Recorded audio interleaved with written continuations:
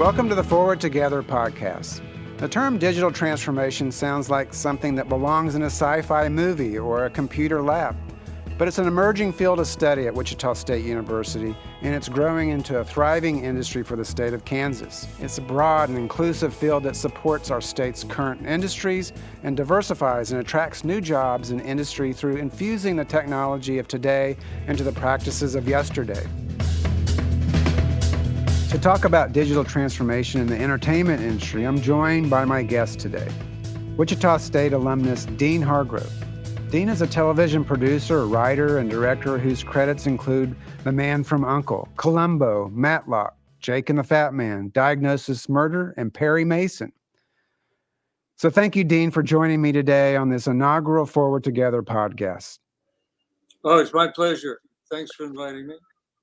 So appreciative of your willingness to be on today, and we're looking forward to the conversation. But before we get into the changes you've seen throughout your career, I want to talk about your time at Wichita State. You graduated in 1960. Tell me a little bit more about your time here, and what about Shocker experience influenced your desire to work in the entertainment industry? Well, I'd always wanted to deal in the film and entertainment industry. And of course, there are very few places in Kansas where you have an opportunity to do that. At the time when I was at Wichita, the facilities really didn't exist that much. But what there was an enormous atmosphere for experimentation and support and all kinds of appreciation for people who are trying to do something. It's a quality I think the university has always had and is now being carried into the future in ways that are really quite amazing, and I think going to be exemplary for other universities. You were speaking about my experience there. The seminal experience I had that I took away from that was Hippodrome, which, as you know, is a big variety show that still exists, I believe, every spring. It's a competition. And I produced with a friend of mine named Brad Hammond. I also directed and acted in and wrote the material for the show. It allowed me not only to get involved in something very creative, but it allowed me to experiment because we did something that really hadn't been done before, which is I used film and stage in the production. We'd open up on film, then we'd go to the stage for musical parts of it, then we go back to film, then we go to the stage again, and then we'd end on film. No one had ever done anything like this before, so I think it gave us something of an edge on the other competitions who really were doing things that were much more conservative or much more traditional. We won 3 out of the 4 years. In the 4th year, we were disqualified because no one could believe that we did the air-to-air photography and a lot of the other dimensions. I put in my own sound system. We shot on an anamorphic lens like CinemaScope. And even though I suspect we did go over a little bit of the $125, most of the stuff was donated by alumni and other people.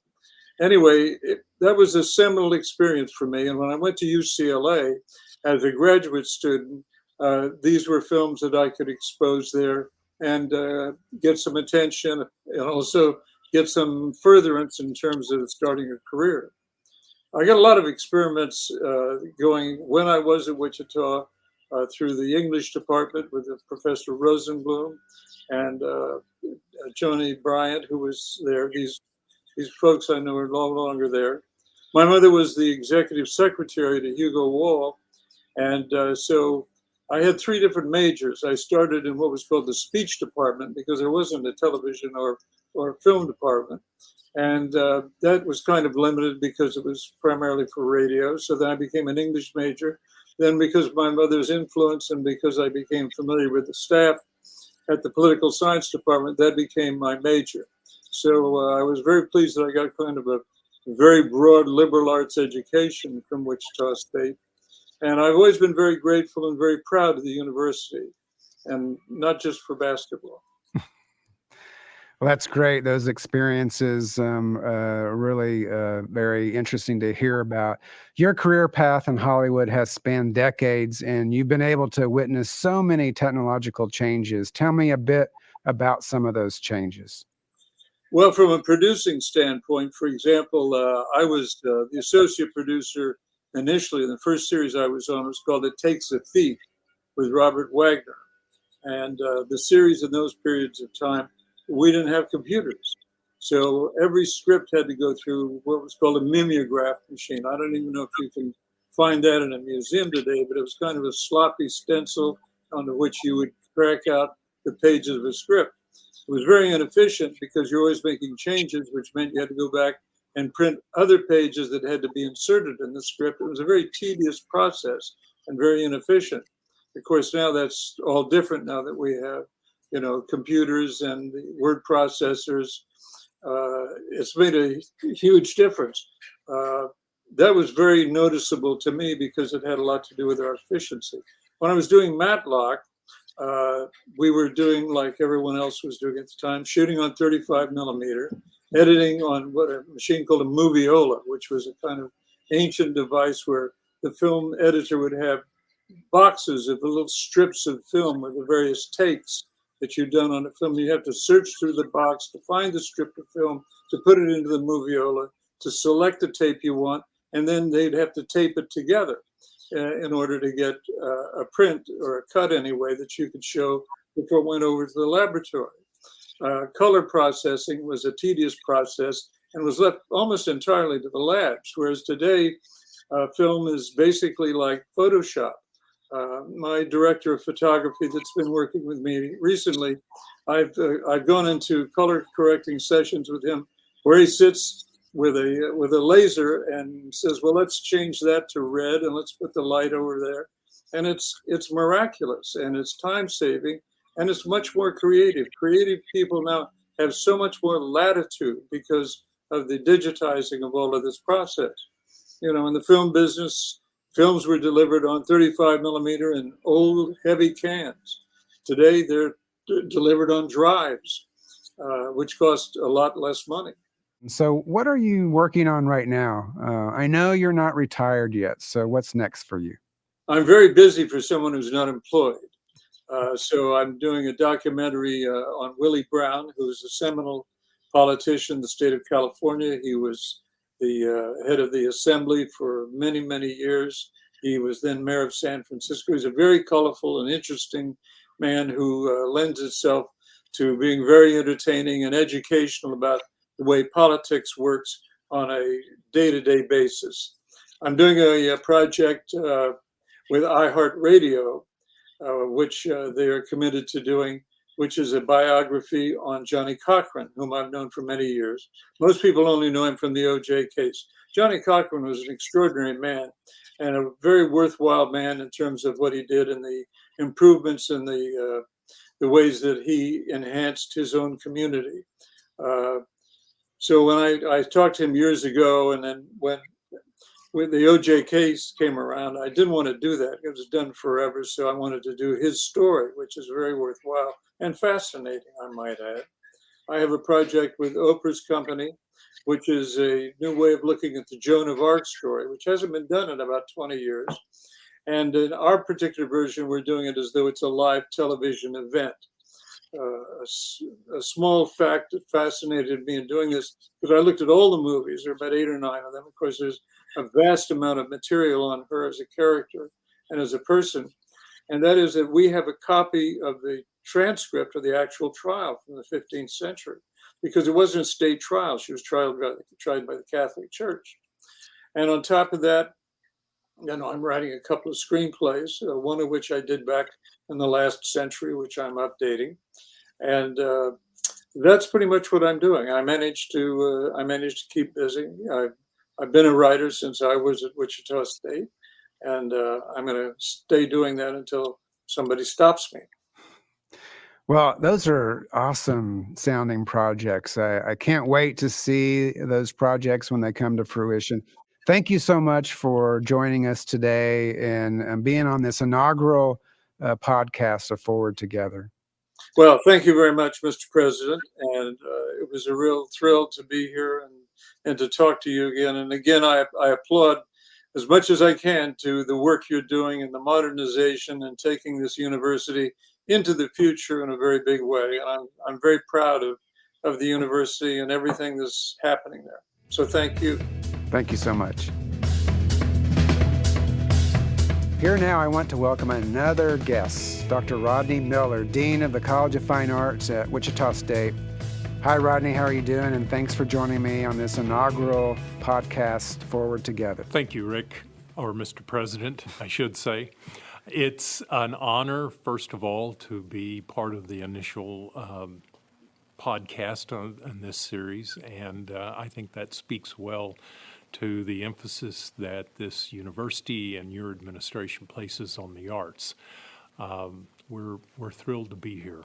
Well, great. When people think of digital transformation, they often think of engineering and the STEM fields, but it's also played a huge role in fine arts and performing arts, not only in the creative processes, but also in the way we as an audience experience the arts. Can you talk a little bit more about how digital transformation has changed the arts?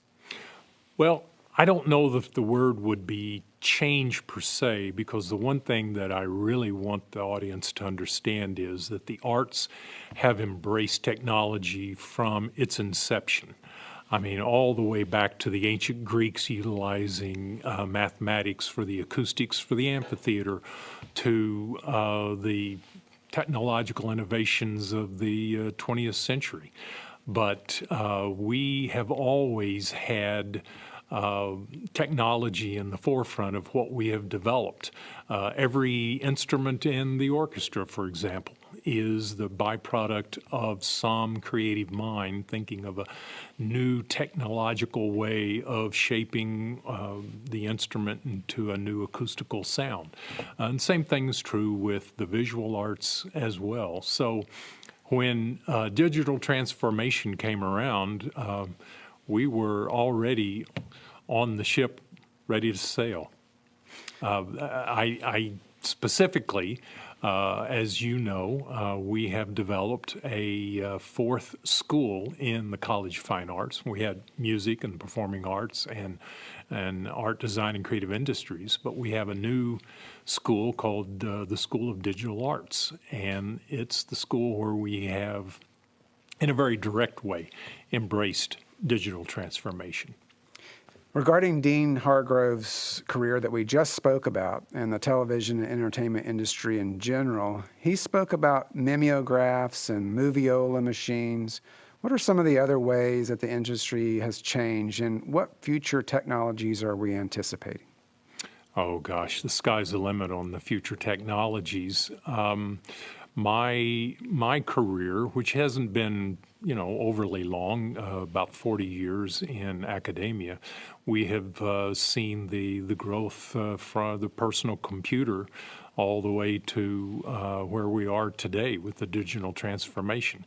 And there have been many milestones that have come about because of that little thing called a computer. Most of what we have down in the School of Digital Arts is the byproduct of that digital development. Animation and game design are the two biggies that are digitally formulated. Of course, we also have filmmaking, we have audio production, which is recording, which all obviously predate digital transformation, but those are becoming digitized as well. So there's been a lot of developments in this area. Yeah, and one of the ones related to the pandemic that, as you know, when I was the provost, I was sort of mesmerized by these virtual choirs. Mm-hmm. And just what, as an institution and other institutions were doing to continue that performance, where allow students to perform, but also use the digital arts to put those choirs together. And you all played a little bit with that during the pandemic. I know that we recorded some work for our commencement because we couldn't have the performers there in person. So yeah, it's incredible. And I know I was bugging you a lot about these virtual choirs, but I couldn't stop watching them because they're just incredible how they put those together. Oh yeah, absolutely. It's all in the algorithms Yeah. and how you put them together. And there's been a lot of developments in the software. There are a lot of subtleties and nuances that go into making sure that something like that is as, I'll say, engaging as an actual live performance. But as you already know, people go to a play and that's a live performance, and they'll go to a film, which is not a live performance, but it might be a film of the very same thing, but it's just simply a different medium communicating the same thing. And that's what the arts are all about, is the communication of those elements of humanity that engage us. And if the technology is something that is digital, then so be it. Yeah, that's a great way to explain that. And on the subject of industry change, how are we preparing Wichita State University students for these changes? Well, I have been the dean for the College of Fine Arts for almost 18 years. When I got here in 2004, the first time I stood before my faculty, I said, this is a wonderful, phenomenal College of Fine Arts. We have faculty and alumni who have either been nominated or won just about every award there is. But I said, what we need to be going forward in the future is a College of Fine Arts that's relevant in the 21st century. And to their credit, they were already there. I wasn't saying anything to them that they didn't already know and didn't already embrace.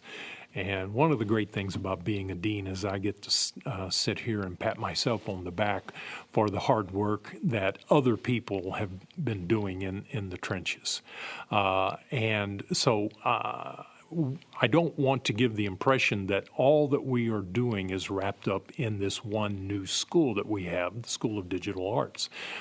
They have embraced, and the other schools have embraced the digital transformation.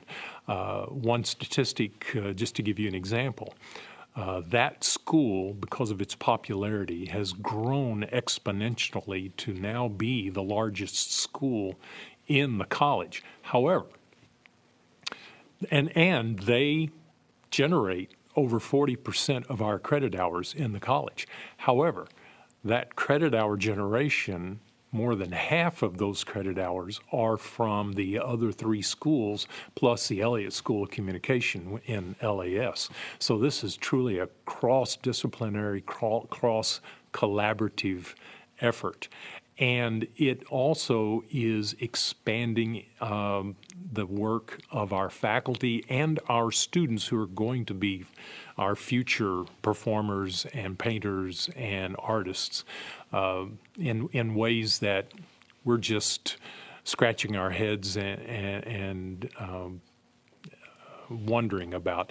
I'll just give you one, for instance.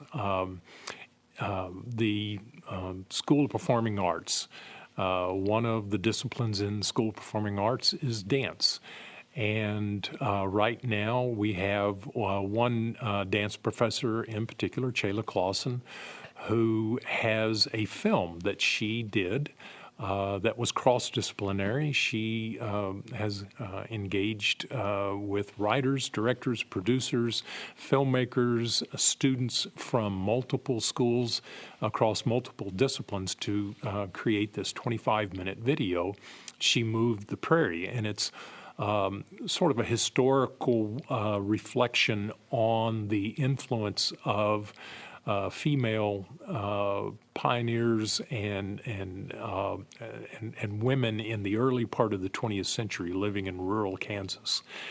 That film has gone on to have international recognition. It's been submitted to and accepted in film festivals literally all over the world. And that's just only one example of how the digital transformation, how we're preparing our students. Yeah, and I just have to say, when I was the provost of the university when that school was formed, it's a really good example of how the faculty and the entire college came together to use existing content and create new content that's really important as we move forward in this digital space. Not to change the subject too off base, but we've talked a little bit about the virtual choir during the pandemic, and I know that your faculty have had to be very creative of how they teach during the pandemic using some digital tools. I just recently attended the performance of Keeper of the Flames, which was a production that was produced by the students in the School of Performing Arts in honor of retiring school director Linda Starkey, and there was some interesting things that were done there because of the pandemic. Can you talk a little bit more about some of these things that your college is engaged in during the height of the pandemic, and now that we're not exactly coming out of the pandemic, but we have a little bit more leeway in how we do things? Well, the College of Fine Arts is a little bit unique in that the teaching methodologies that we employ run the entire gamut, all the way from the traditional lecture class to really hands-on applied learning. Applied is probably in the title of about a third of the curriculum that we provide our students. But and there have been some major challenges, and quite frankly, if there is a silver lining, I don't really want to call it a silver lining, maybe a pewter lining to this pandemic, it's that our faculty were more or less forced to engage in some things that they'd been thinking about already. Just to give you one, for instance, in our opera program, we have a series of language diction classes. If you're going to perform opera, you have to know how to sing and how to pronounce German, Italian, Spanish, French, and so forth. And those classes were taught pretty much in a traditional manner.